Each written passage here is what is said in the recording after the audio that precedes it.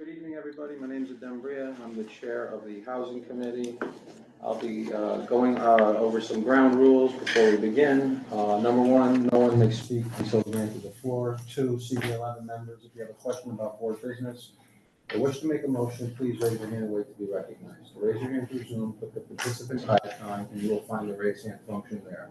Members should not engage in a back and forth discussion. The chair will recognize the next person to speak. Please keep your questions and comments brief and on topic to the discussion. Members of the public, if you have a question or comment about the subjects on the agenda, please raise your hand and wait to be recognized. Next slide, please. Okay, so I'm going to call the meeting to order. Angel, if you could please take the roll. Members, when I call your name, please answer present. Adem Briha. Present. Marie Charles. David Giordano. James Gray. Present. John Green. He's online. Christina Johnson. Present. James Kemp. Present. Wilfredo Lopez. Jessica Morris. Beverly Pavon. Don Sanders. Present. Loretta So. Present. Candy Beavis Vasquez.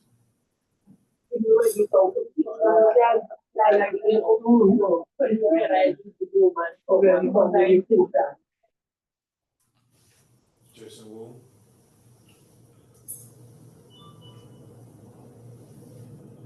We're one short for one.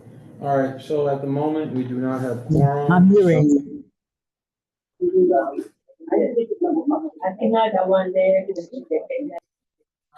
So at the moment, we do not have quorum, so we will be entering a recess that will last up to 15 minutes, and if we do get quorum, we will be coming back online. Thank you. Okay, we now have quorum. It's 6:53 p.m. Angel, if we could take the roll again. Adem Briha. Present. Marie Charles. David Giordano. Present. James Gray. Present. John Green. Here. Present. James Kemp. Present. Wilfredo Lopez. Jessica Morris. Beverly Pavon. Don Sanders. Present. Loretta So. Present. Candy Beavis Vasquez. Jason Wu. We have one. All right, thank you. Actually, I said 6:53 p.m., but I'll officially call the meeting to order now at 6:54 p.m. And with that said, we will move to adopting the agenda for tonight's meeting. If I don't see any objections, then we will adopt the agenda. All right, seeing no objections, tonight's agenda has been adopted. Adoption of minutes, I believe I still owe, right, the October ones, but I owe September, right? Okay, I'll get those to you by this week. So if I don't see any objections, we will adopt the October minutes, and then I will have the September minutes within this week. Okay, seeing no objections, then the October minutes have been adopted. I will just say on the minutes, I try to write them like really in depth. That's why sometimes it takes me a little bit longer. I try to make it, kind of sum up the whole meeting. I also find it helpful for myself when I go up to kind of do my presentation at full board, but I do think it's useful sometimes, especially if we're going to be talking about something that we did the previous month. It's kind of a nice like cheat sheet or refresher. All right, so with that said, I'm going to move to announcements and informational updates. So I have an informational update, and then we'll see if anybody else does. So this Saturday, we did a walkthrough of Johnson houses. I want to thank James for being there. Marie Charles was there. She's not here today. Our board chair Xavier joined us, and I want to thank, I think she's online, but I'm not sure, Jessica Morris attended. I hope I'm not forgetting anybody, but if you were there, thank you. It was like a great walkthrough. Usually when we do these walkthroughs, and, I understand that, it's hard for people to, be there. We try to do it on the weekends. So, but usually, we just have like one tenant leader showing us around. And this time we had like 5 board members that kind of took us around. And, they were very open and transparent about, the situations they were dealing with. But it was actually very refreshing. Like we went first into the community center that they have, and it was very like vibrant and a lot of things were going on. The gym's beautiful.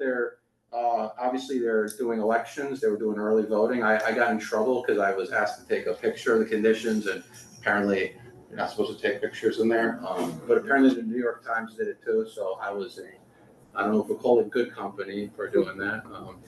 With that said, yeah, it was just nice to see a lot of people, a lot of engagement. I think that's, I understand that there are challenges that, everybody would want to do that, I think, if they could, but I definitely think that's something, I'd like to see, in more of these nice developments and, figuring out ways to do that, just like a lot of these activities and this and that for the kids. And, it's nice to see like these board members, you heard what they said, and so they're dipping into their own resources, and not only are they giving their time, right, and, going into your own resource. I mean, this says a lot, and they're living in the same development, right? So they're living in those conditions and they, they're giving that extra time, like we do and, here. And, one of the biggest problems I think that we saw, right, and James, you can feel free to chime in, was leaks, right? I mean, that's really what it was. That was basically everything,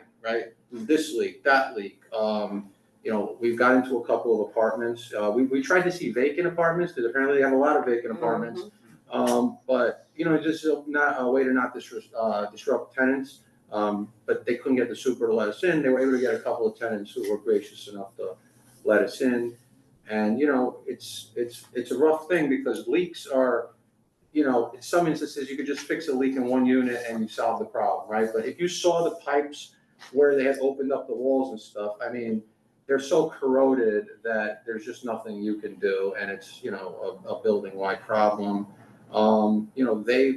They were approached by PAC.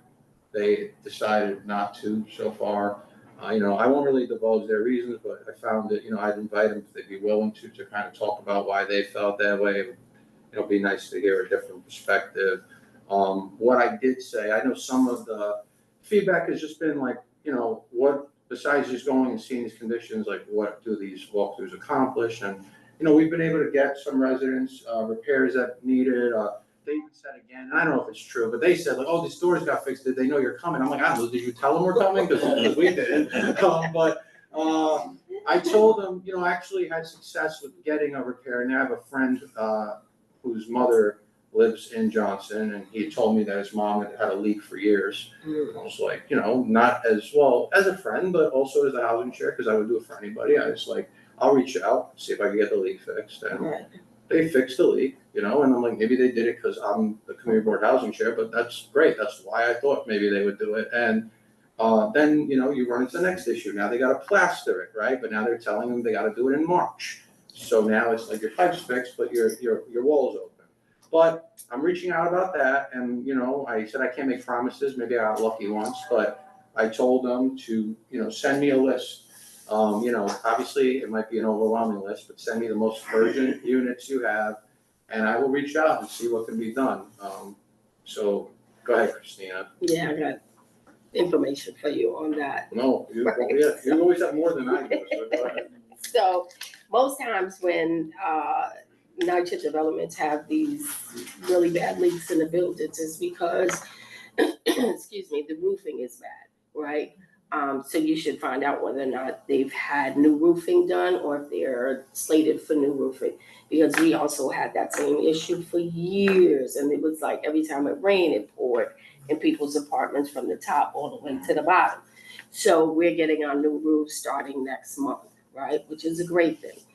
But it's taken us 10 years to be able to get the roofs, right? And so I think right now, the city has allotted so much money, so all the developments across the city are getting new roofing. So that will take care of that. But then there's also the problem, like you said, once they fix the leak, if they don't have a new roof, the next time it rains, it's gonna leak again. But they break open the walls, they fix the leaks, right? And they're just fixing that piece where that leak is. So it's not fixing anything above that leak. So it's gonna be a constant thing.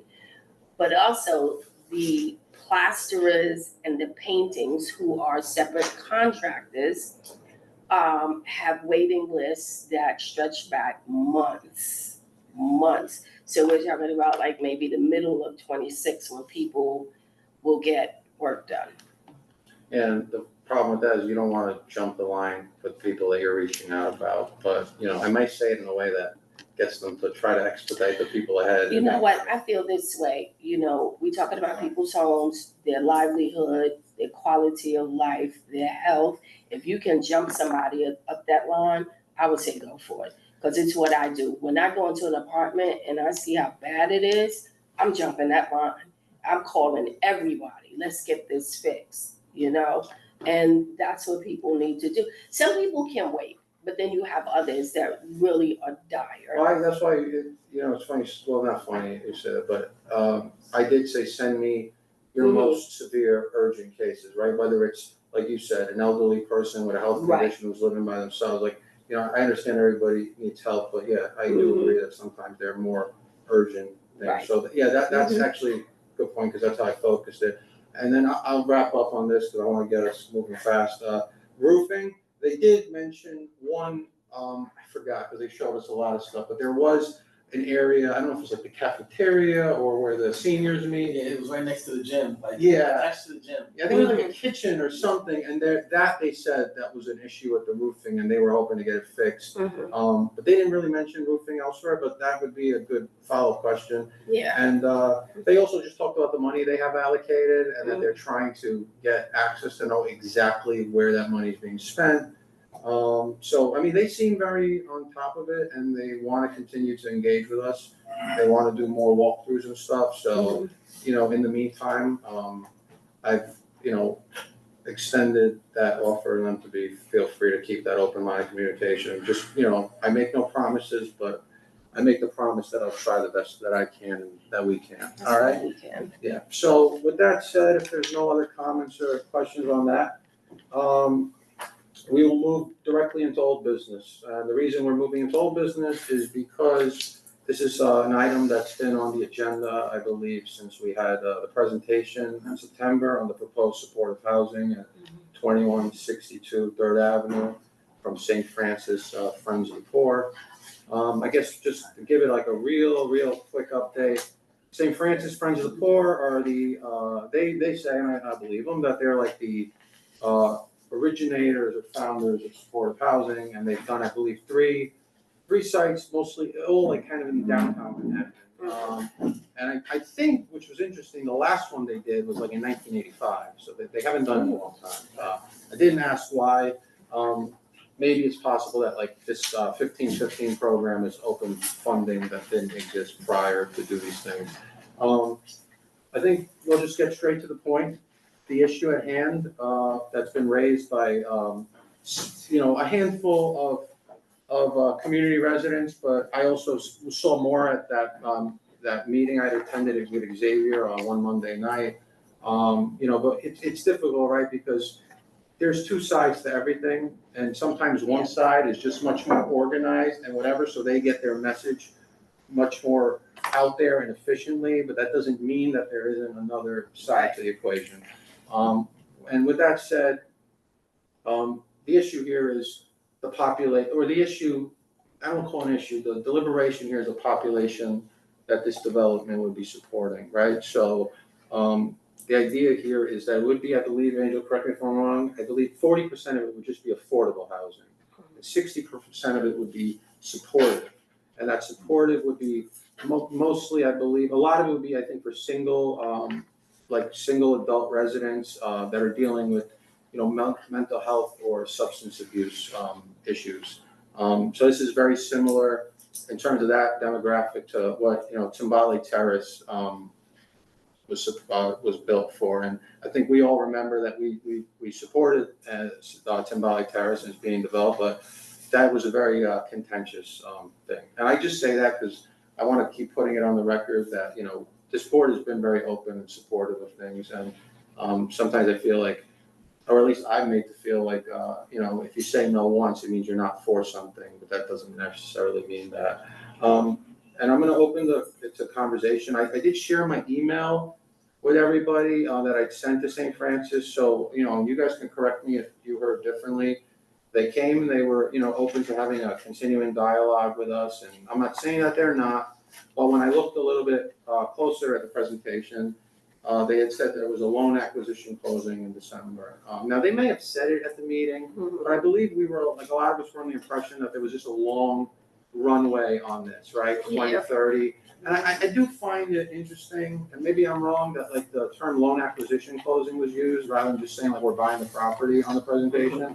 I feel like it's just a little bit of like a, not such a direct, or, I like a layman's term when I'm reading a lot of stuff, I just want to get to the point. So with all that said, when I saw that December would probably be when they're buying the property, I felt it was more urgent to at least take a preliminary position. That was my feeling, to have one in November before they buy the property. We had other things, so that's why we kind of delayed it. I also delayed it because Isaac, the chair of Human Services, had reached out and he would ask, can I put him in touch with them to see if they could meet? And I understand that he had all the budget stuff and they did a lot of stuff. And I know he reached out recently and they're willing to meet with him in the future too. But I think, and I won't speak for him, but my problem was they really don't want to, or not able to meet again till spring. And they say when development begins. I don't know what that means, but that sounds to me like it might be a little late for us to really shape, the population that's being served there, as opposed to just which I think it would be our main concern. They don't need a land use action, right? That's normally our leverage with these things. They need to come for some kind of variance or rezoning. They don't need that. They do need funding, right? They'll need funding from HPD or HRA, and so, I don't know what our leverage is there, but, they're gonna need something, and they're not doing it all by themselves. So I wrote a letter. I would have had it, I believe it's in your papers. It says draft at the top. It says proposed supportive housing. So I wrote a really long letter originally. It's like 4 pages long. And I, don't like to share my writing, right? I believe it was in the Google Drive, so anybody could have read my 4-page rant. But I, had a meeting with John and Angel at my housing prep, and they, both made a lot of good suggestions that, maybe my letter was a little too angry and too, and more than anything, just angry, like that they weren't coming to this meeting to answer questions. And the email, if you read it, they didn't really answer my questions. I felt like we were getting brushed off. I didn't expect them to send 6 people here again and do that, but, 1 person on Zoom to answer our questions. And yeah, I just felt like I got a little bit of a different impression than what they originally came here and said. So my first letter was a lot harsher. I scaled it back, kept it very focused to what it is. I wrote this is an opinionated letter, right? This letter would be under the assumption that our preliminary position is that we support supportive housing. We'd like to see it here, but we would hope that it would possibly serve a different population. The population that I suggested, which may not be super feasible right now, but I believe when everybody comes together and kind of agrees to it, it can happen. And it was in one of our budget requests, was single parent families that are not suffering from substance abuse or mental health issues, usually the head of household. And that's not to say that the population they're looking to serve doesn't need to be helped. It's just saying that there are other populations that are in need. And I think the thing that draws me to that, and we spoke about it, I think, is that homelessness in public school students has, I don't believe, ever been higher, maybe like as a rate of the population, maybe since like the Great Depression. I think it's, okay, yeah. Well, I read one article, who knows, right? But I think it's 1 in 7 public school students has faced homelessness at some point, and I believe it's the past year. As always, East Harlem always, is worse than the average, right? I mean, most of the time. So it's 1 in 5 here. And I'll just say this last thing, I'm gonna open it up. This is also possibly could be seen, in my opinion, as a mental health kind of measure, just in a preventative sense. Yeah. I don't want to speak to people's situations that I have not experienced, but there's empathy and then there's sympathy, right? That's not the case here, but I know what you're in, but also I'm looking enough to understand that I can only imagine a child growing up in a homeless shelter would definitely be at a higher risk of developing a mental health issue, as are their parents. And a lot of the times that can lead to a substance abuse issue, right? I mean, it's not far-fetched to say that that could happen. So, treatment is great, but preventative treatment is also great. And there are a lot of organizations. I read a thing, I know Angel shared it with me, I don't know if I shared it with everybody yet, but former city council person Christine Quinn, they're really engaging in this for families and single, with no real specific criteria to what issues, just the fact that they're homeless or at risk of homelessness, to start working to really get them housing. And I think one of the sites that they mentioned in the thing was something on 100th Street in our neighborhood. So I'm like, okay, maybe bring them in, see what their ideas are. They may be further ahead of this than we are. Yeah. With that said, I open the floor. I want to hear what all of you think. And so Christina has her hand up and we'll go from there. So I have a question, because we're always talking about creating housing for homelessness, right? Yet we have all these buildings here in East Harlem. And, okay, so this is kind of layered, right? Right now, they're building so many luxury buildings. Why do we need so many luxury buildings? How can we stop the construction of some of these luxury buildings, right? Are these luxury buildings giving us 80/20s, where some low-income families can be moved into some of these buildings? The original question that I wanted to ask though was, because we also have a lot of NYCHA developments, and my understanding is that each development is supposed to have 5% vacant apartments. How many vacant apartments do we have in East Harlem? And if that number is astronomical, why are we not using those vacant apartments to house some people, instead of building more buildings for things we don't really want in this neighborhood?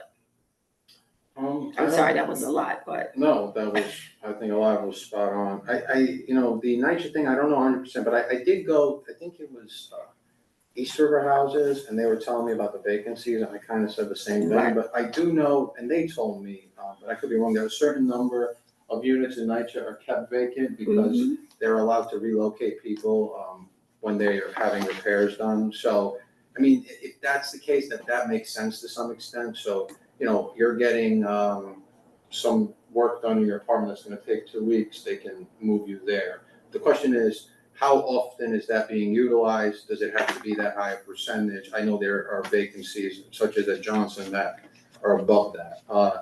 The other issue there are tons of apartments in this neighborhood that are empty. Go up Third Avenue.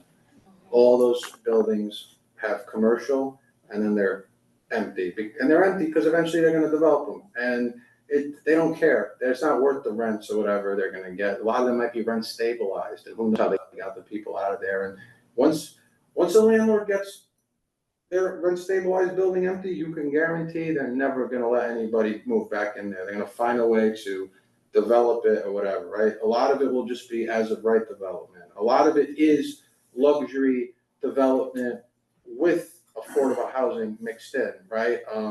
Maybe it's not enough.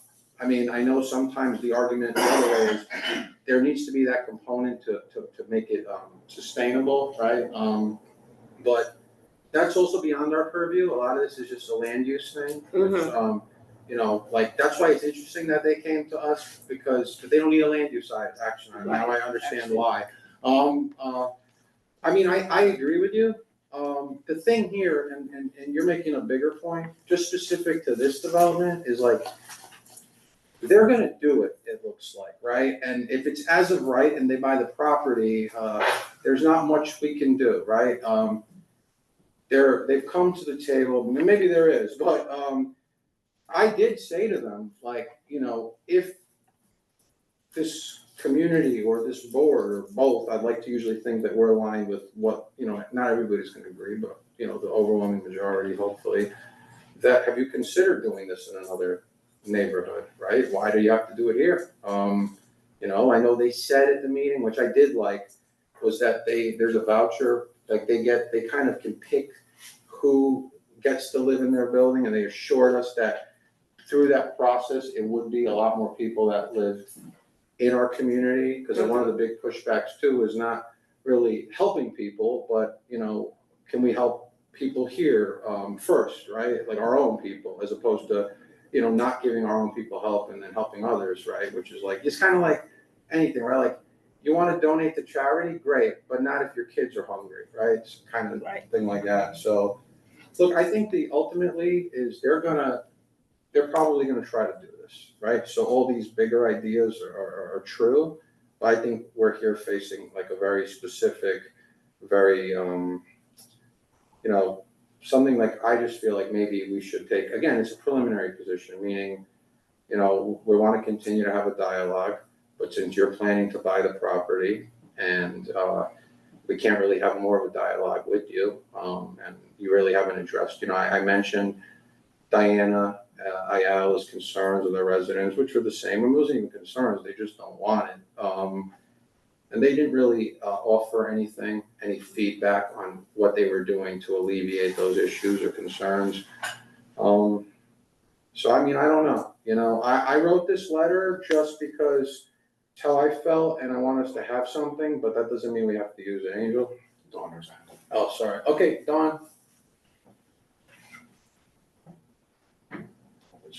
Dawn, floor is yours. You can unmute yourself. Sorry about that. I was on the wrong screen. So anyway, I really like how thoughtful you've been, Adim. I'm glad you wrote a 4-page letter because I think it's good to really think stuff through. I just want to add that my whole view about homelessness in the city changed when I was working for Assemblymember Rodriguez, and there was a family that was living in a minivan in front of the office. And the mother couldn't move the car because she hadn't put oil in the car wouldn't start or move. So, you know, I was talking to the person not to give her a ticket because she couldn't move it. And, you know, after hearing her story and what she had been through in the shelter and that her son was beat up in the shelter, so that's why she was living in her car, I started to look at housing differently and cars differently, right? Because we're saying she shouldn't have a car, but she's literally living in her car. And I know other cities have more people living in their cars and dependent on their cars, but that really shifted how I saw things. So I agree with what I've heard about using that vacant housing, trying our best to get families into housing. You know, it must be hard to do your homework in your car and sleep in your car if it's cold outside. And, you know, I just, you know, I've really shifted the way I look at things. So I agree with pushing them to have, you know, regular family housing for people who, you know, they're at a vulnerable place in terms of, are they going to make it in this world or they're not, you know? So anyway, that was just my addition to the conversation, but thanks so much for being willing to just, you know, tell it like it is in terms of how you feel. Thank you. Have any other questions, David? I guess there's a lot. Supportive and affordable, 40%. That's still pretty good, right? They're gonna build. I think we need to be partners than adversaries so that we can get maybe more people in. Also, how we may take one position in this committee, Health and Human Services may take a different position based on, again, the things I mentioned earlier when Sage was talking about where committees may see a similar project and both have different views on what's important for the community. The fact that they came before us and didn't have to speaks loudly than those that come before us because they have to. We can get caught up in semantics, but they're coming. Do we want to be a good neighbor and have the community benefit? Or do we want to have them come and do their thing because they're going to do it? I guess I'm looking at it that way. And again, because I had 15 years in working in mental health, I love the idea about families. I do. But then on the flip side, that means you cut my building in half. I mean, you know, and that takes away my mission. Maybe we can help them change their mission. Yeah, I think You know. that's, yeah, I think that's where I was heading. No, Yeah. I know, No, so I I'm, know, yeah. you know, like, I think, I'm sorry, not, I'm not really comfortable at this time with them saying no. We've already kind of said where we are with it, right, when they met here. I think we want to build good neighbors, because they're building a real Casa building that's gonna be there. And those people will now become members of this community. From wherever they come. And it'd be nice if we could fill it up with people from this community. I agree with that. Go ahead, I feel like you got more. Yeah, no, I mean, I think, you know, I guess the last thing is, let's not cut off our nose to spite our face. Trust me, the first letter was, Yeah, was getting ideas out.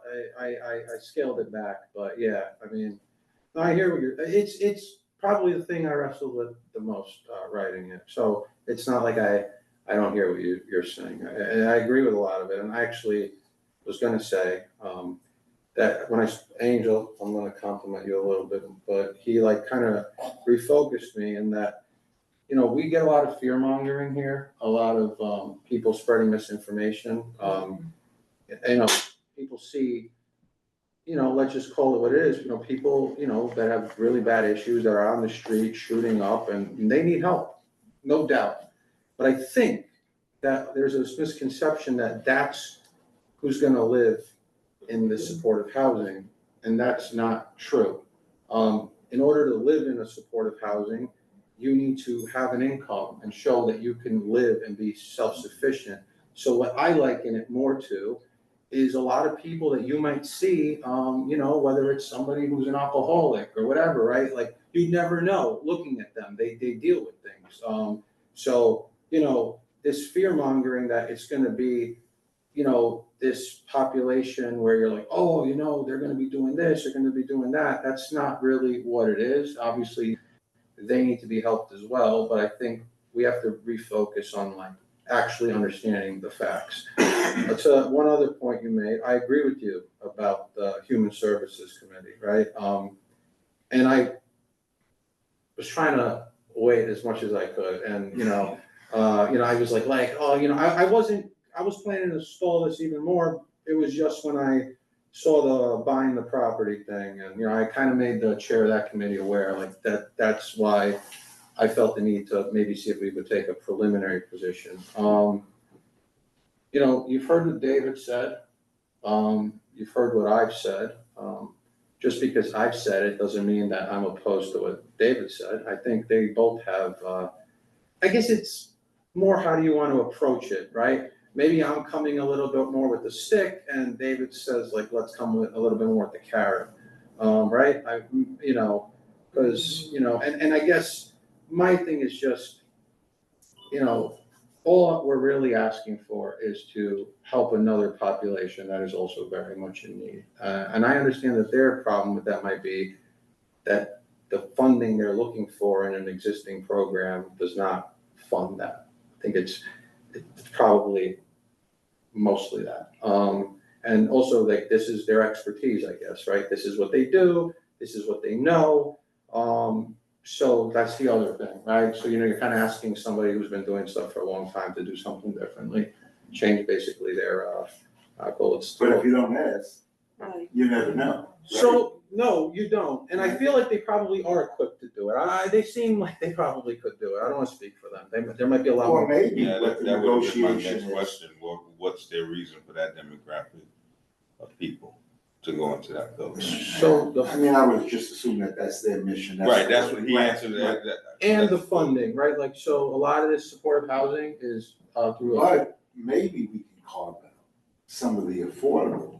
That would be for a single parent with a child that's in this community living in a shelter.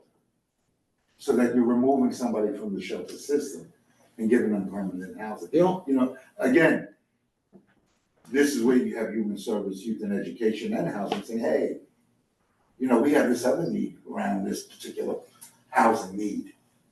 of supportive and affordable. We wanna work with you and welcome you, but, you know, how about, could you consider? Well, I mean, I agree with you.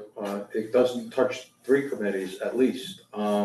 Again, and I just, again, put this forward because of the sale thing. It kind of, got me going a little bit in terms of a sense of urgency. The only thing, Angel, correct me if I'm wrong, or maybe you don't really know. But I'll say this. Yeah. I waited 7 years to get the ground broken for Children's Aid. Things can get caught up with developers. No, I know. The affordable housing, would that be able, I know they talked about, being able to do referrals and stuff with a supportive housing component that would allow them to, ensure that, I'm not gonna say all, but that we get a sufficient amount of that to be from the community. But I know affordable housing, I don't believe that there's any way to do that, right? No. Right. So the supportive, the regular affordable housing is subject to community preference. And then all the units are subject to a lottery, for the community preference units. And then the other ones, you can't just, like, for example, say, we're gonna just target people from 116th Street. It has to go through that process for fair housing reasons. Right. Once projects go through the whole lottery process and they exhaust the lottery and they're not able to fill units, then affordable housing projects can be given permission by HPD to go market and then just market the units in the standard way. But for affordable units at like very low levels, that doesn't really happen. It can happen though. For the supportive units, they're not subject to community preference. That's what the presenters were referring to, that they have more flexibility there. They get their tenants via referral from HRA. Maybe another agency, I think it's HRA. And then they can select from there. I don't know their exact process for, like, if the 3 of us applied and whether it's first come, first served, or if there's other criteria that can be applied. But they did mention that they could prioritize people that selected East Harlem as a neighborhood.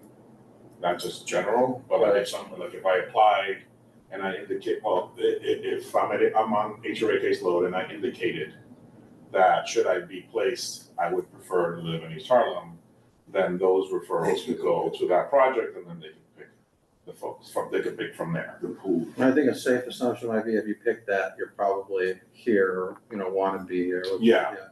So like that's something that members have asked for in the past, right? Because they've been frustrated by the restrictiveness of the community preference process. If you're gonna be putting units in our district for this or that, how does our existing population benefit? And in the past, with those restrictions, those were points of frustration for people. And the explanation is only that it was because of fair housing. If the city were to have done that the way that we were asking for it, they would have opened themselves up to legal action. So that's why we were always getting that answer that frustrated us, but it is what it is. Not fair housing, but community preference has been changed in the last years because of a lawsuit. So now we're used to be 50%. I forget what the number is. It's gonna be 25 and then 15 or something. Maybe they didn't forget. But none of that applies to supportive housing. Okay. That's all referrals from the shelter system. Gotcha. Thank you for that. With Beverly? In regards to supportive housing, if it comes from referrals, homelessness shelters, unless they have mental illnesses, it's not even considered as part of this, the pool of people that they pick from. I believe, I don't know if all supportive housing runs that, but 1515 seems to be the big supportive housing, right? It was 15,000 supportive units built in 15 years. There's 5, from my understanding, there was like 5 categories that are covered on there. I think there was one for HIV that might not have had to have anything other than that. But I believe all the other four had to have some component, I believe, of substance abuse or mental health. So yeah, I mean, like right now, there is no funding for a single parent family. I mean, there are other avenues for that, but from what I hear and what I've heard, it's a struggle on that one. There's even like, I've read some interesting stuff actually about all that I'll share with you all. It's pretty easy, quick reading to give you a better idea of that situation, including the video Angel sent me. Which I found, you don't have to watch the whole thing, you're just like, I did, but skim through it. Well, I guess, so yeah, that's the answer to that. That's why I, we put that budget request in to see if we could add that group, but that's, there's no guarantee, but you gotta ask, right? And it's easier to change something than it is to make something new sometimes, right? Just to add something in. Angel? So, since, you're discussing like alternatives to the population targeted by that program, so 1515 does, you're right. I think it's 5 categories and 4 of them have those 2 populations. Off the top of my head, I forgot the last. But it's not the only way that HPD supports supportive housing. So they're prioritizing the 1515 program, but they can also approve programs that aren't 1515, and another one is the supportive housing loan program. So I'm just on their site and reading the description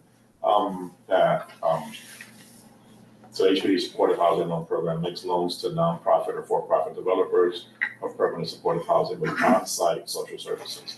Projects developed with SHLP funding must provide 60, so it's the same split, so 60% of units for homeless, disabled individuals, or homeless families with a disabled head of household.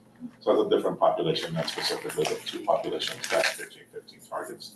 And then similar to 1515, the remaining 40% can be rented to households from the community, earning up to 60% of area median income. Okay, thank you for that. I still like that we asked for the other thing because it opens up more funding, but, more questions or comments?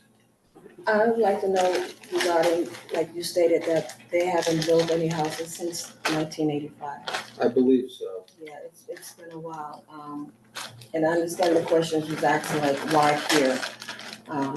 I do agree with you in regards to, we're not saying no to supportive houses. It's just that we have been doing that for a while, and we just want to stay with supportive housing with a different category of people or population that needs it, like you said, with the homelessness and the children. I know the funding is the biggest thing most developers or nonprofits go to see what they can build. I'm glad that we know there's other programs to try to address the populations that we looking into, other than the ones we've been supporting for decades. Just to give other people who need the support housing for them also, which is good. I think we should ask them and see if we can change their minds just a little bit or give them other options. They are very equipped to do that because they came out of their own, when they started whatever they started, they seen the need for something. Maybe they can see the need for this too. If we let them know there's funding for that, and to at least please deeply consider that for this population within our community, because we do have the type of housing we have now. We have those in abundance over here. You said 85. They might not even be thinking that direction. You know what I mean? They might not even know. You're right. You have something? Never mind it. I like your hand for the hand now. Okay, go ahead. I think it hit into, as Angel said, one was a parent with a disability with children. I mean, it hits up to their population. but we're asking him to go beyond, right? Yeah. To add, because of the need, and, you know, we have so many family shelters in this community. Yeah.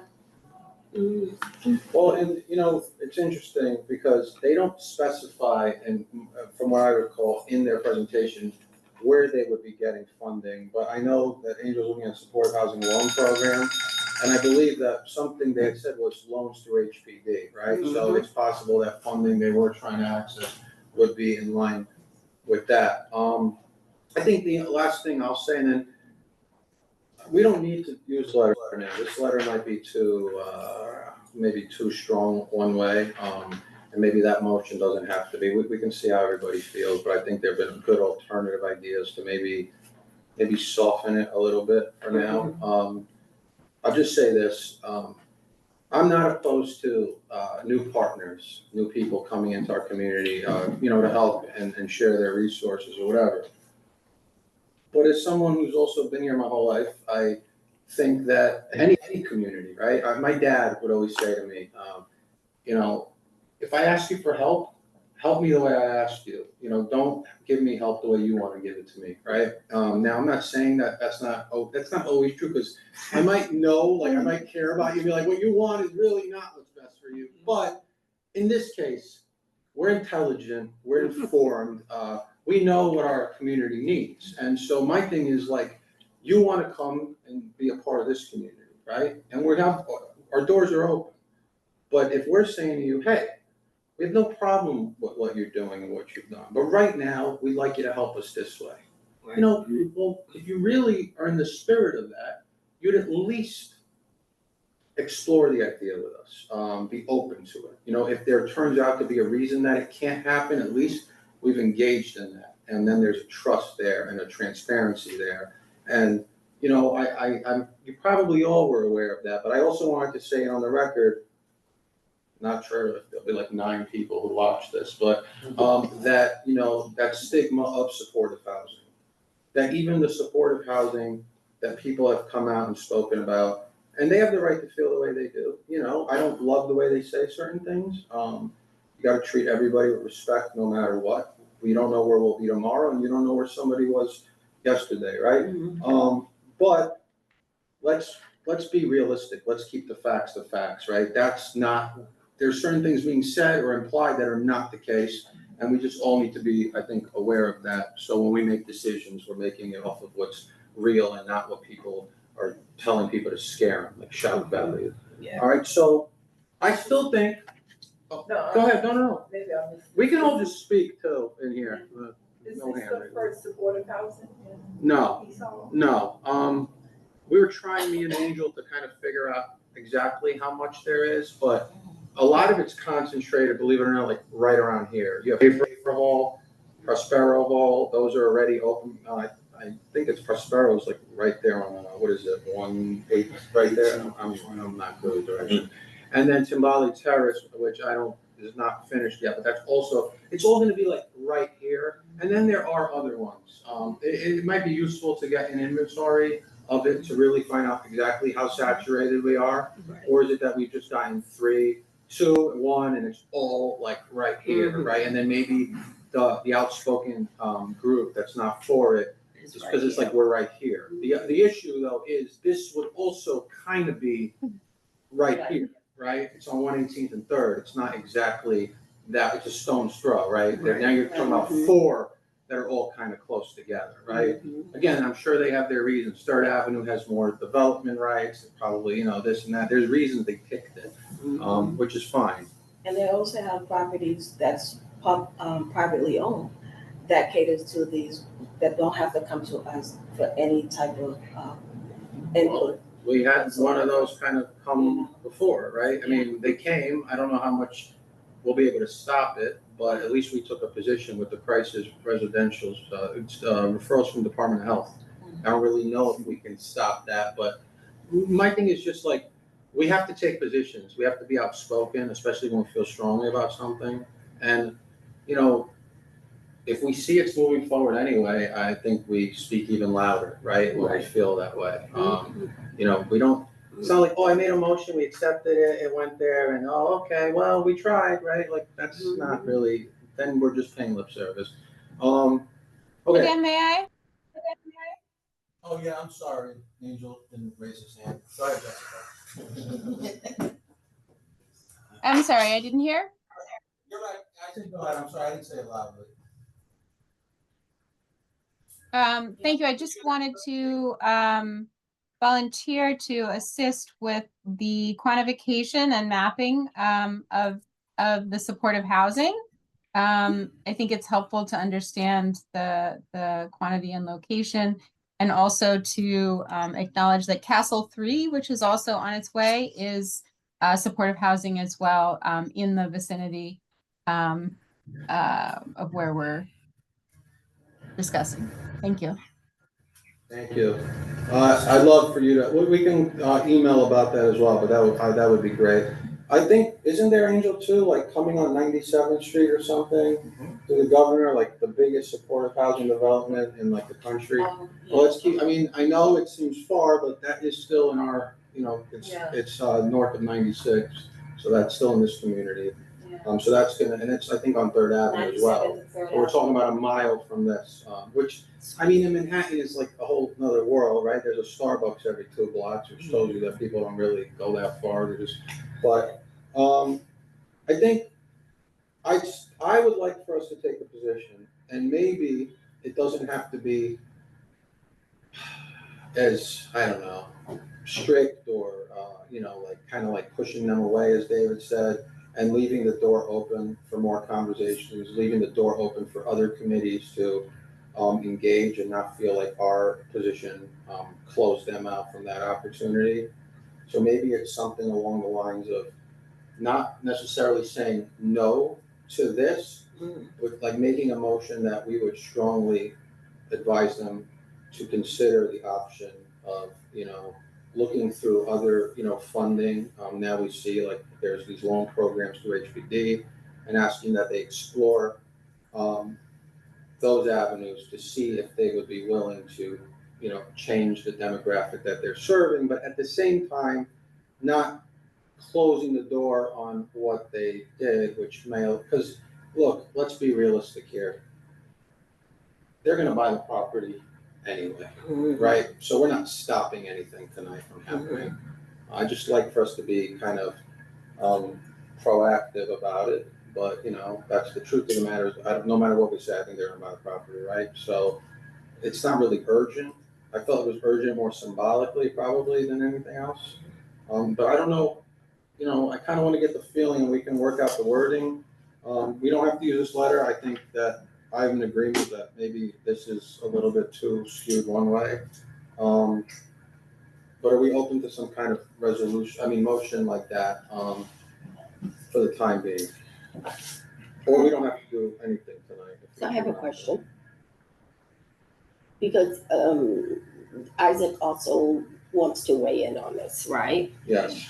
Is it possible that the chairs get together, right? You and Isaac and whoever else needs to be. Asher from youth as well. Yeah. Okay, in that conversation, and you all come up with a letter that encompasses everything and what we all feel, so that we're all in agreement and on the same page with this, so that they're not going to different committees, and you all sign off on that.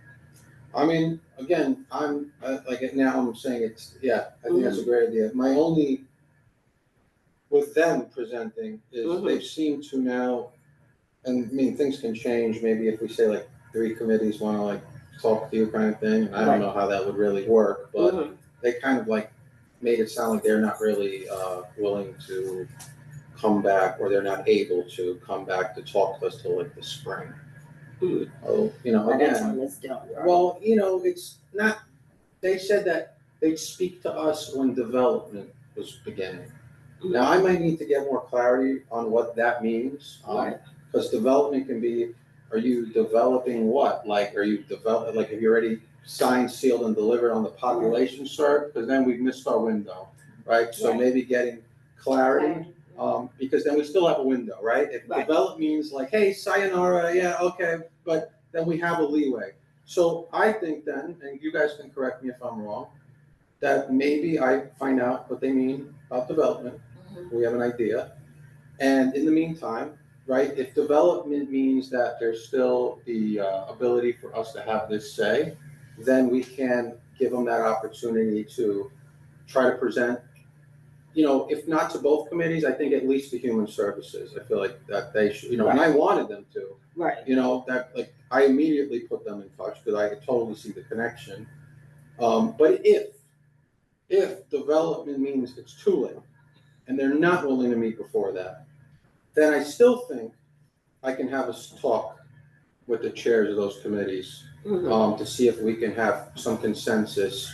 You know, they have the presentation. They don't have to go off of what I'm telling them. They're both smart people who know this well. Right. And, you know, but I'd like for them to be able to have that discussion. So I guess if you're all okay with that, then maybe we table this for the time being. I reach out to Isaac and Asher.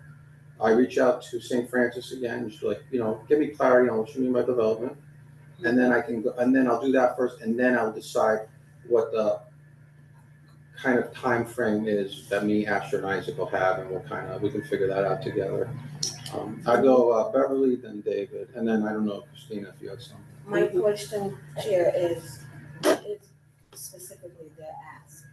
Their ask? Yeah. Nothing. Nothing, okay. Yeah, nothing. I think, They just give and I could be wrong. So, you know, we always think it's the land use, and that's the first thing I said. I was like, do you need a land use? And they were like, no, and I was gosh. But then I know they need funding.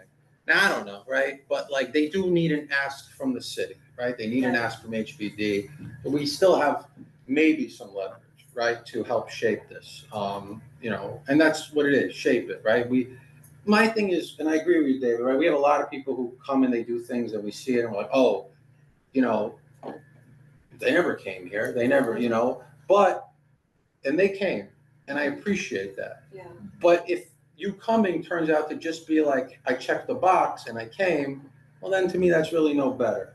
But if they're willing to meet in the spring, and the spring means that that door has not closed, then I agree. That's then they're showing some good faith. Like, look, they may be very busy and everything. I understand that. I just don't want it to be like, oh, we came once, and then the second time we came, it was like too late, right? So that's Beverly. No, they don't need anything that I'm aware of. And then I think a clear David. example of that situation is the building on 108 that people mentioned that's going up. They came 3 minutes in front of the board and have not come back to committee where you would really have that discussion and presentation. And I felt like the board was cheated, and they checked off their thing. Yeah, I just want to, you know. And they're building a giant 3 gyms. Right, when they were coming to full, 3 yes, gyms. yes. Wow. No, I know. Not for kids in this community. No, I know. Not for families in this community. And they're boarded as of right. So again, we didn't partner or whatever partner. We have an opportunity here. I would suggest we move quickly and then invite them back. And Angel, do we have to have, like, for the chairs, just meet with them as a meeting? Or sure. Yeah. Like a task force or? Yeah, no, we could just literally come in here and meet with them. I mean, have it all on record. Angel will be present. I think we could even record it. And then we would all report back to our committees on what we found. And, you know, hopefully we'd leave that kind of united on something, right? It would not be good to have 3 committees with different And positions. East Harlem has been a community of immigrant and 4 families. We're asking for you to serve the community. Yeah. All right. Sorry. No, Christina, did you No, have? I'm Okay, good. so then I'm good. James, go ahead. I just wanted to make a comment. If on the surface it looks like I don't have to come to you for a reason, but I come to you, I'm coming to you because I don't want you against me, right? Yeah. So in that lies that open. No, I Right, agree. right. So I mean, but my next question, I guess I would ask a question. What if it's flat out no? Like to us? Yeah. I don't know. I mean, my thing is, well, I want to go back to the first thing you said, because I feel like it kind of touches on the question. If you come and you tell us you want to work with us, and then it turns out you don't, then I think we get even louder. Then now it's like, okay, you didn't want to talk to us. But then the question becomes, is this something that we would want, we would say no to, right? I don't know, maybe we would say no to it, right?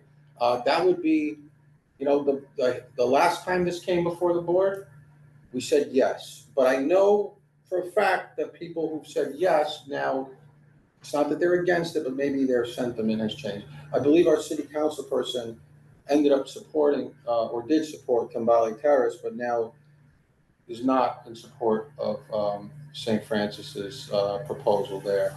So it's hard to say if we would just say no. I don't know. That would be beyond the scope of this committee. If it just came out of this committee, one could argue that, you know, what we kind of took would probably be the direction it goes. But if we're gonna work with 3 other committees, then we're talking about a lot of the board, and I'm okay with that, right?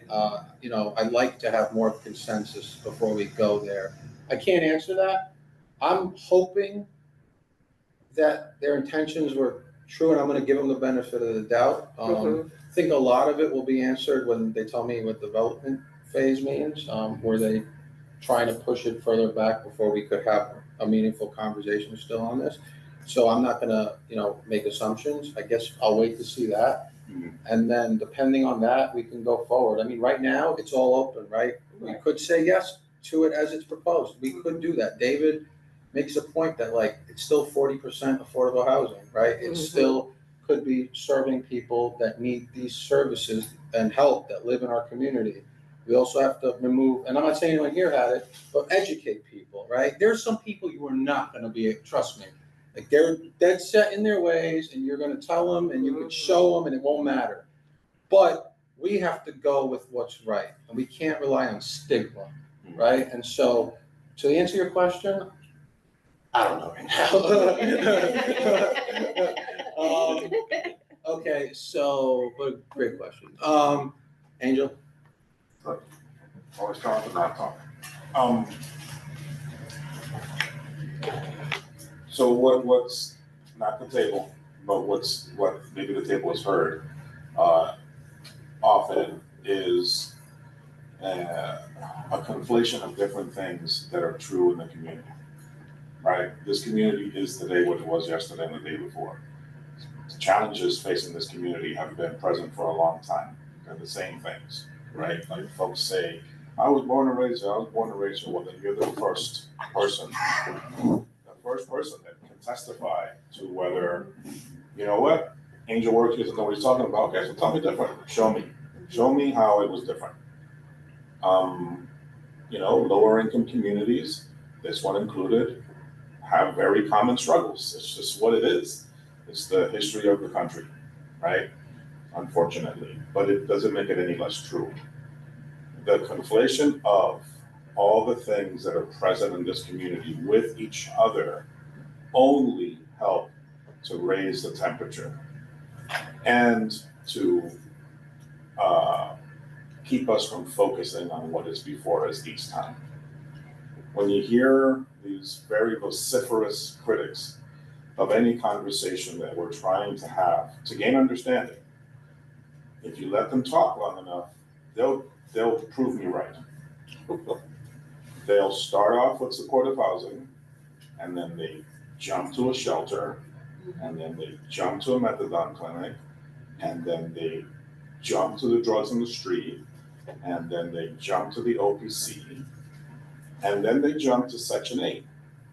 I let them talk because I know they're going to get to Section 8. I'm like, you just gave away the whole show. I'm like, it isn't that you have an issue with supportive housing, is that you have an issue with poor people. I'm like, that's your issue. You make assumptions about poor people. And, you know, you point out 1, 2, 5, 10, 25 examples. I'll give you 50 examples. There's 130,000 people living here, so I don't care that you have 50 examples. It pales to the community. Maybe those 50 examples are a massive pain in the ass. I won't take that away. That's true. People are a pain in the ass. But I don't think that it needs to lead the community board towards thinking any less of its neighbors. Everybody at this table, I'm sure knows somebody that's had this or that or the other struggle at this time or before, and may have it in the future, God forbid. I thought I got off clean. And a few years ago, one of my most beloved people scared the hell out of me because they had a psychotic episode, and it educated me. I'm like, wow, I have no idea. It's totally ignorant. And then boom, I'm like, okay, so now I think differently. I'm like, oh my goodness, like this stuff happens. So like now when I see someone outside when we're walking around, like I saw the other day, some dude's pulling on the door over there for some reason, just randomly, and you would think, oh, he'd be stuck in his building. He wasn't. He was just tripping. And he didn't look, I don't know, this is silly, but it didn't look like he was like high or anything. Maybe he was. But you know, he just looked like me walking down the street, but like really like a manic, and like shouted at me, but then kept it going because he doesn't even know he's on the block. So when we had this conversation a couple of years ago about the terrace, Aden can attest, I went too far with my, argument, but it was because the conversation was just so off the mark with what the community board is supposed to be about, in my opinion. You're here to help people, not to help yourself. If you're here to help yourself, leave. You have the capacity to help yourself, go ahead, go do that. The people that rely on public servants like yourselves are the people that need. So you're supposed to be here to need. You're supposed to be here to help the needy. Those properties across the street, I can't tell you about 110, I can't tell you about 108 every day because I'm not there every day. I'm here every day. When I started working here, that building right there was not up. That was a vacant lot. And this board, preceding me, very vociferously argued against the construction of that one project. So it isn't just that we have too much, like people argue now. At that time, there was only Schaefer, the red building. That's it. It was just that. And this board lost their mind over Prospero, right? I wasn't here. I read about it. I'm like, wow. I think David was here. And from what I've learned, it was pretty hectic. Building goes up. I've never had any issues. I'm here every day. I've never seen any issues with that building. So I'm like, okay, so what are we pointing to as the evidence of this thing is too much? We have a lot of stuff, but that we have too much supportive housing based on that evidence. I argued during the terrace conversations, I'm like, I don't think that's holding water. There's a group of people that come out of Schaefer and hang out on the stairs of St. Paul's School, and always have. There's like 5 or 10 dudes, too loud, sometimes they pee outside, just pains in the ass, which are throughout the entire district. Yeah, it's not just. The whole place, the whole place. I'd rather sit there and drink with them than a number of other blocks, which I won't say for, my own safety. And they don't bother nobody. They're just there, they have nowhere else to go. That's it. That's the extent of it. Are there people in those buildings that are struggling with their addiction? For sure. And are they walking around the neighborhood? For sure. And are they using down the block? We have learned that, yeah, there's a couple of folks that live in that building that they're not succeeding just yet in their recovery, and they're back outside. But that doesn't mean that the entire rest of that building should not exist, because this number of people is visibly still struggling. The people that are outside in this district are not living in those buildings. That's just street homelessness. And that's a whole other ball of wax. We can talk about Ward's Island and safe havens and all that, but that's where those folks are, or not even going into shelter at all. Not even going at all. Like the level of folks that are outside, they haven't been inside in forever, for whatever reason. And it's just, it's hard to look at, and it's heartbreaking. I think we should focus more on the heartbreak of it. And not let ourselves be confused by people that won't take the time out of their own frustration or whatever to stop conflating one thing with the other. Like these are not the same things. And that's not to say you have to support this or not.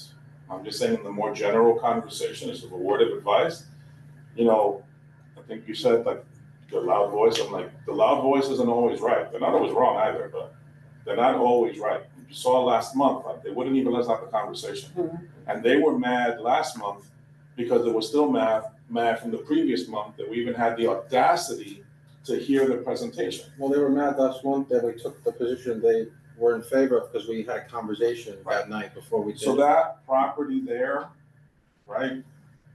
This is just a fact. We're in the United States, you have a right to own property. There's rules on certain properties. If the property is for sale and you bought it, that's nobody's business. It's just a fact. It's not angel. It's the fact, right? You don't get to dictate what somebody does in a private sale. There are rules, there's zoning, you can build but so much, certain kinds of uses, that kind of thing. But if this is a private sale and that property was already rezoned to allow for a 15-story building, whatever it was, then it is what it is. That means they can build there as a right. That means they have the right to do it, just like you had the right to do it if you had wished to purchase that property, right? That's it. What they're looking to do is what they do. Think of them side. This is what they do. They help people with mental illness, right? So, you know, the conversation with them is going to start there because that's what they do. Does it have to end there? I don't know, but that's why you can continue to engage them. But, you know, not talking to them, as some have suggested, that's wild. Like, we'd rather know. Like, when you all mentioned Castle 3, I forgot what the organization was. They work with people with a history of incarceration. Is it Breaking Ground? I can't remember. And they gave us the story at the time when we were hearing their proposal. Fortune Society. Fortune Society, thank you. That their experience in West Harlem was that they were not welcome. And then through time and effort, working in partnership with the community is now their biggest champion. And brought people here to testify before us, right? Because they were able to engage and the community was able to engage with them. And thankfully that worked. It doesn't always work, but thankfully it worked. And now these folks that are gonna be living there have somewhere to live. Versus if you've met anybody that's gone through the system, they come out and they're trying to do the right thing and they can't get a job and they can't get somewhere to live. And then we wanna get mad that they're standing outside. You know, there's a lot of success stories, amen. But there's also a lot of failures. In my previous job, I dealt with a lot of these dudes. And they just angry all the time because there wasn't anywhere to go. Sorry, the last thing. Some of those cats that I worked with in a messenger center before here for a long time. And these guys, it was hard to get jobs, so they could get jobs as messengers, right? So they would get chased out of places. So I would take care of them. I'm like, look, as long as you do your job, you have a job. So they appreciated that because everywhere else, people are harassing them. So I had dudes working for me for 5, 6 years, 10 years, loved me. I dare you to walk in that room and raise your voice to me because they just had security. They weren't making millions of dollars, but every other door they knocked on, nobody would answer. And then some of those cats, because of all that time, because of the stability, were able to build up education and stuff, and then went off and got like, you know, great jobs and have great careers, et cetera, and live their lives. But if we're listening to the haters and we're closing our ears to these conversations, which take a while, then, you know, like, what are we doing here? You know, like, I'm glad that them brought this to the table, and I'm glad that you guys had this conversation. And I just wanted to say that because, you know, last month, that was not the first time I've experienced that, but it's gross every time. You know, like, you're comfortable, you're okay. I understand that bothers you. It bothers me too. That doesn't mean you deny the next person. Because, like, let's be honest, like, the only reason you're here is because the real estate is depressed and you got to cheat. I'm like, get out of here. I'm like, if if all else was, if it wasn't that, if that I would've wasn't the gone somewhere case, else. you wouldn't have been here. And if you had the loot to go buy somewhere else, then you would have. Yeah. Try to not swear. Sorry for going No, on it's so long. fine. I'm just gonna say a couple last things, and I want to do this new under 2 hour meeting thing. It's not new, but I want to do it. Conflating things is creating fear mongering. It's saying one thing is another. I agree with Angel. There's also, I've been hearing a lot like, oh, this neighborhood, it was better 20 years ago, and I'm like, I don't remember that. It's just a way of trying to steer you into thinking it's really bad. I'm like, you weren't here, because if you were, you wouldn't be saying that. And then the other thing, Angel makes a great point, and me and him have spoken about this, right? We have a couple of examples here, and he's right. When I walk by, and I walk this way anyway, the most you ever see is some people sitting on the steps. I haven't even experienced them being noisy. And what's wrong with that? We've always said, oh, we don't want streets that are quiet and nobody's there. So you're outside sitting in front of where you live. There's no problem. And I'll say this last thing, makes another good point though. It's people who come very angry and very against it. If they had real evidence of the problems that were happening, they would share it. They would come and they would say, this happened there, that happened there, this. And they don't, Angel, am I wrong? They don't really do that. There's nothing to bring, right? So that makes you wonder then, what are they so against, right? I mean, I understand it if you come here and you're like, well, the people that live here, they've done this and they've done that, and we don't feel safe because of them, or whatever it is. And even then, that could happen in any building, but fine, you could have that conversation. But I think what we're just hearing is a whole lot of misinformation. And the one last thing I'll say is, there is another angle here. With, let's just say, they say, no, we gotta do this, we decide, okay, fine. We could then say, though, at least do it for families. The families that fit in that bucket. Right. That we don't want, just more individual units, right? Because there are then, the crisis we're solving, when it's 1 in 5 public schools students in homeless shelters, that includes children whose parents may have a mental health or substance abuse issue. So then that might be the other angle. At least do it for families, right? You said you're gonna do a mix. Well, no, we want you to do it. Now, I know it's less apartments, maybe more people, right? You may have 4 people in a bigger space, but then you had 3 people in combined smaller spaces. And not that we should care, right? We're gonna do what's best and take positions.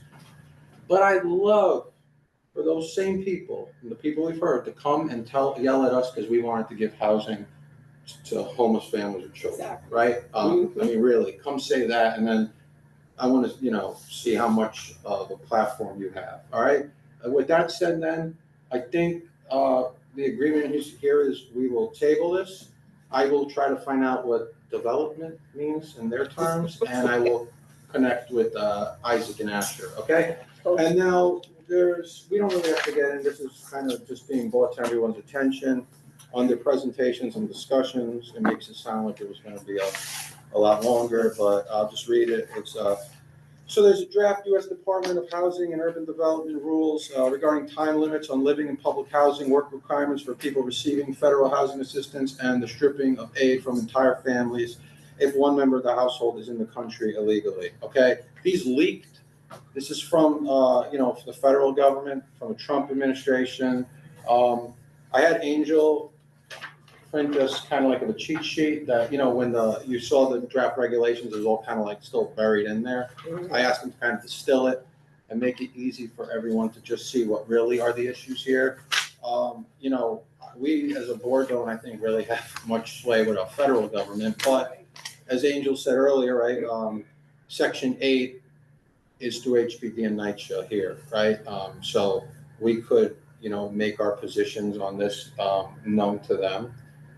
This is not, as far as I know, time sensitive. This could take years.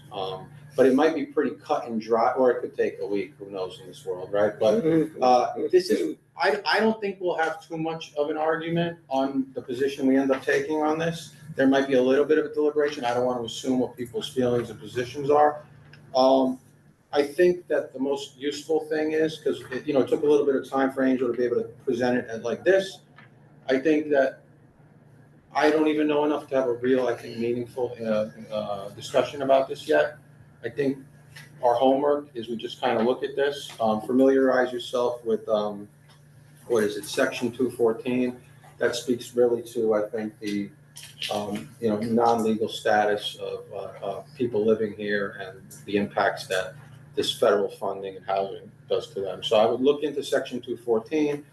I would look at this. We could also share, I think maybe, I don't know if we did yet, the whole draft regulations, but this might be easier to look at. And I'm gonna recognize Jessica because I would anyway, but also because she's the one that brought this to our attention. So go ahead, Jessica. The floor is yours. Thank you. I think, this is Angel making us aware and recognizing that while it does seem far away, being kind of a federal regulatory environment, my understanding is that things are happening quickly in a sort of legislative backroom area somewhere, which is not necessarily good for protections that we want to ensure are maintained close to home here. I do think we have allies in our city agencies relative to their charge, and if we were to exercise our voice geared towards ensuring those processes and protections can be maintained given the status of the city, and potentially identify breaking points if there are such things as funding streams that may be helpful. I do think we have on occasion seen Senator Schumer join us, and I think Congressman Espaillat are incredibly engaged here. So I think just because it is a federal policy issue, it doesn't mean that we shouldn't really take the opportunity to be informed and clarify what matters in East Harlem, where there's such a high prevalence of this type of housing that supports families, year after year. So thank you, Adem, for bringing it to the table, and Angel, for boiling it down for us, and for the charge of digesting it a bit before we see if there's a way for us to exercise our voice and take a position that can be a meaningful point to exercise and remind electeds and agency partners that this matters and we need to fortify it where we can. Thank you. Okay, so you have homework, right? We will continue the discussion on this next month. One other thing, and then we'll adjourn for the night. I'm still talking to Ascendant, set up a walkthrough of Jackie Robinson. Loretta, we spoke, they were supposed to, when they shared it with us, being converted at the end of October. Loretta, I believe you told me that they now said like November 7th, but now that's probably pushed back. I'm gonna stay on top of that. They asked that we do that walkthrough once the conversion happens, which, I mean, it does make sense. And then I'll recognize Angel. The only other thing I'll say is I did ask them for some clarifying information that it's not just applicable to them, but since we have a dialogue with them and they have been very open to talking with us, a lot of the concern has been the evictions, right? About going into PACT. I asked if there's something they can point us to that would really lay out what causes these evictions, right? We hear back rent. Is it 3 months back rent? Is it 10 months back rent? Is it a certain dollar amount? So we can start to understand that and quell fears that people might be having, and amongst other fears. So Christina? Okay, so the PAC developments are done by different construction companies and different management companies, right? Yeah. So when you go into PACT, because we are considering it, right, you get to choose your management company and your construction company, right? And what I've learned over the years, going to all these different meetings and listening to different people, is that if you pick a construction company and a management company who is not doing their job, there's going to be issues. I personally went to visit 4 different developments, and you guys can go. Harlem River is beautiful, right? Yes, they're L&M Management Company, and I've done the whole tour through their whole development, and I've stopped people in the development who didn't know me. He didn't speak to them, and they didn't know I was coming, right? And nobody had anything bad to say about this particular management company, right? And I went to 3 different developments, 2 in the Bronx and 1 in Manhattan. However, on the flip side of that, there is a management company called Wayfair Management that happens to be one of the worst management companies in the PAC program, and everybody has complained about them. So I think if people are considering going into that program, then they need to do their homework and look at the management companies and look at their track record. The other problem is that Wayfair has about 50 NYCHA developments. Wavecrest, thank you. Yeah, that's the one we talked about last time. Right. I thought you knew about another one. No, but This is hungry. It's okay. Well, eat more pretzels. no, but L&M is supposed to be really, really good. So I've been talking to L&M. The work they've done is really good. The people love it, and their throw-out rate, what is it called? Oh, eviction. Yes, thank you, because I am hungry. Their eviction rate is not as high as others, but they did explain that their company actually tries to work with people before they start evicting them, right? But if you're in there are certain things that they can't do and only NYCHA can do. So some of it is NYCHA, the eviction rate. So it's not all the management company, right? But if you've been living there, say for 6 months, and you haven't paid any rent, and you've been to court, and they've taken you to court, and they've given you plans to pay, and you're still not paying, who wants you? Yeah. You gotta go. I think I just want to know what that is, right? They got to give us something concrete, right? It would be a little concerning if it's just on a case-by-case basis. It is. And It's basically okay, well then I can basis. understand why people would be concerned, Right. because you don't know, right? Right. So you could have somebody go, I'm a month behind, am I gonna, you just don't know, right? So. Well, no, but I'm saying the management company sits down with the residents. So does NYCHA. When you owe money, they bring you into the office. No, I know. Listen, it's a balancing act. I Right, just want, it is. at least Ascending has come and they can tell us what they're doing, what their management companies and with NYCHA. Right. And then if we just kind of get people like, oh, look, Ascendant's doing this right, whatever, or we get them to start to adjust.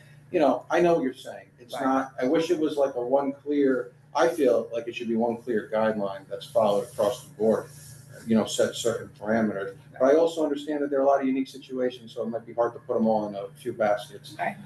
Would you all like to talk to one of them? Yes.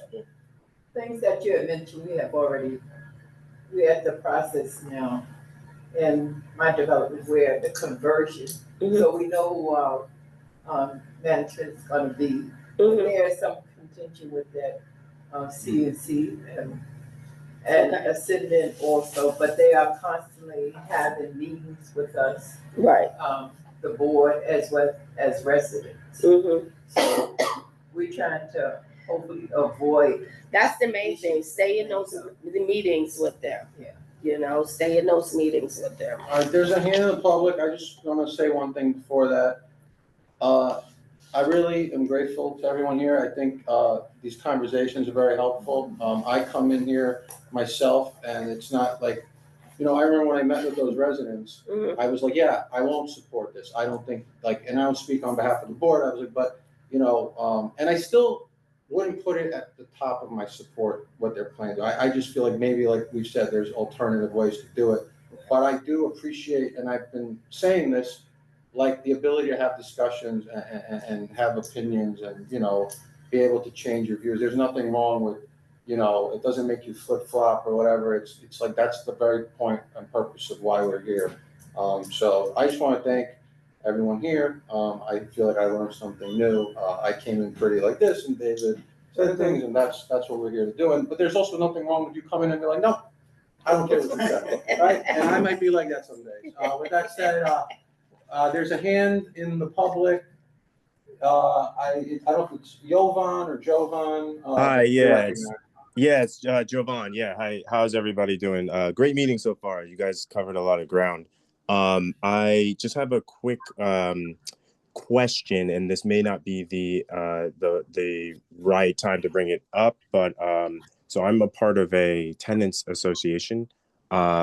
We discovered that our new building managers are using the J51 tax abatement to illegally evict and illegally raise the rent on the 3 buildings that we represent. The question is there something that that the community board can do to either set up a task force or some kind of resource in a way where we can go and find other rent stabilized buildings that are being illegally, or like raising the rent or illegally starting illegal the eviction process in a little bit of a mass way. We found a very quick shortcut of, you know, understanding our rent history, contacting our old building managers, contacting the proper city agencies, and we have successfully been able to prove that they were doing this illegally. However, the hurdle was getting legal representation. While there's free legal representation everywhere, and they got us to a certain point, when we had actually contacted an attorney, the bill was a little bit too high for some of the residents in our tenants association. So kind of sending this out into mass, let's say going into another building, finding out the tenants' rental status and so on and so forth. Again, that hurdle will happen where legal assistance will be an issue. So I just want to know if there is something that the community board can do or advise, not just necessarily pointing to certain resources, you know, free legal aid and all that stuff. I just want to be a little bit more deliberate with the rollout of finding people's J51 statuses and then moving forward in a little bit more of a concentrated motion, you know. Any advice or any kind of is setting up a task force to go building to building in that way the appropriate way to do it, or what do you guys advise? Angel, go ahead. Hi, Javon. This is Angel Mescan. I'm the district manager here. Why don't you give me a call at the office and we can talk this through? Unfortunately, we're closed tomorrow, but you can give me a call Wednesday afternoon. Let's say 2:30-ish on. I'll be here. The office number is 212. It's public, but I'll give you. Yeah, I have the office number. Yeah, but yeah, go ahead. You can say it if you want. Yeah, you can just give me a call there, and we'll talk it through, and we'll see what the specifics of your building are and what, if any, additional guidance we can provide. Okay, great. Thank you. Appreciate it, Andrew. Thanks. All right, thank you. Seeing no other hands, then we will adjourn for tonight. Thank you, everybody. 1 second. Oh, sorry.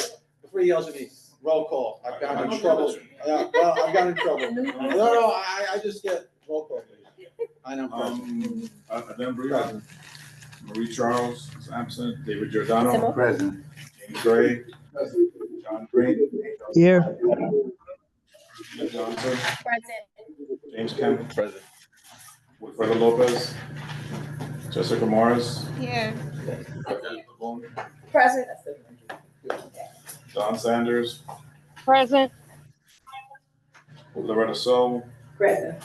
Candy Vivas Vasquez and Jason Warraps. Okay, thank you, everybody. Thank you. There you go. Let me go out.